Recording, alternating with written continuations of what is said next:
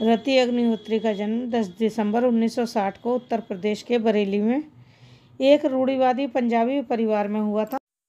रति ने फिल्म एक दूजे के लिए से बॉलीवुड में डेब्यू किया था। कमल हसन संग उनकी जोड़ी को खूब पसंद किया गया था और ये फिल्म बॉक्स ऑफिस पर सुपर डुपर हिट रही थी। इसी के साथ रति भी बॉलीवुड की बहुत ही टॉप की हीरोइन बन गई थी। हालांकि बॉलीवुड में सक्सेसफुल करियर वाली इस हीरोइन की पर्सनल लाइफ काफ़ी कांटों भरी रही। उनकी शादी उनके लिए सबसे बड़ी तकलीफ की वजह बनी थी। रति ने अपने पिता की इजाज़त से निर्देशक भारती राजा के साथ पहली तमिल फिल्म साइन की और पंजाबी होने के बावजूद उन्हें अपने प्रदर्शन के लिए काफ़ी तारीफ मिली थी। कुछ शानदार तमिल, कन्नड़ और तेलुगु फिल्मों में काम करने के बाद रति ने 1981 में एक दूजे के लिए साइन की थी, जिसमें वह मेन हीरोइन थी। उनकी शुरुआत बहुत धमाकेदार थी और हिंदी सिनेमा में उन्हें अपनी पहचान मिल गई थी। रति ने अपनी दमदार एक्टिंग से दर्शकों का दिल जीत लिया था। जब रति अपने करियर के पीक पर थी तब एक इवेंट में उनकी मुलाकात मुंबई बेस्ड बिजनेसमैन और वास्तुकार अनिल किरवानी से हुई।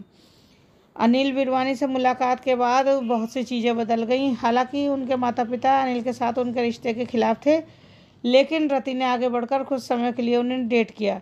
रति और अनिल ने 9 फरवरी 1985 को शादी कर ली। तब से कुछ साल बाद रति ने अपने परिवार के लिए अपने कैरियर ब्रेक ले लिया। 25 साल की रति अग्निहोत्री को तब जरा भी अंदाज़ा नहीं था कि जिस शख्स के साथ उन्होंने शादी की है वो उनके लिए जल्लाद बन जाएगा। रति के माता पिता के लिए अनिल उनकी बेटी के लिए एक आदर्श जीवन साथी नहीं थे और ये बात बहुत ही जल्दी साबित हो गई। उनकी शादी के पहले साल में ही रति को अपने पति की असलियत पता चल गई। उनके पति अनिल वीरवानी ने अभिनेत्री को खूब पीटना शुरू कर दिया। जैसे जैसे समय आगे बढ़ा चीज़ें और भी ज़्यादा ख़राब होती चली गईं। एक इंटरव्यू में रति अग्निहोत्री ने बताया था कि अनिल उन्हें पीटते थे और वे खुद को उनसे बचाने के लिए घर के चारों ओर भागती रहती थी। 1986 में उनके बेटा हुआ और इसके बाद भी रति और उनके पति का रिश्ता नहीं सुधरा और 30 सालों तक रति अग्निहोत्री को घरेलू दुर्व्यवहार का शिकार होना पड़ा, घरेलू उत्पीड़न सहना पड़ा।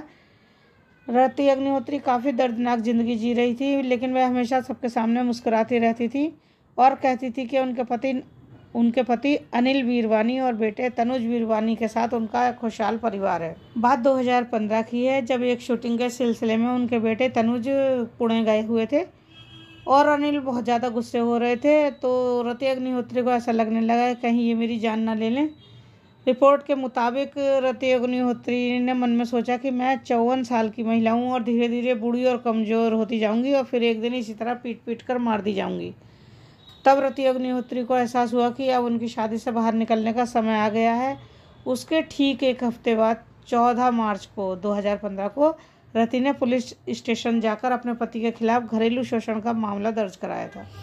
रति अग्निहोत्री ने शिकायत करने से पहले उनके पास ये स्मार्टफोन आ गया था, तो उसके ज़रिए इन्होंने थोड़ा सा वीडियो वगैरह बनाई और जब उनके पास काफ़ी सबूत इकट्ठे हो गए तो उसके बाद उन्होंने ये सब पुलिस को दे दिया था। ये सब दर्ज करने के और देने के बाद उनके पति के साथ शादी टूट गई और उन्हें जो है तलाक मिल गया था। 2015 में रति का तलाक हो गया था। रति अग्निहोत्री ने 1988 तक फिल्मों में काम किया। 1981 में उन्होंने अनिल वीरवानी से शादी की थी।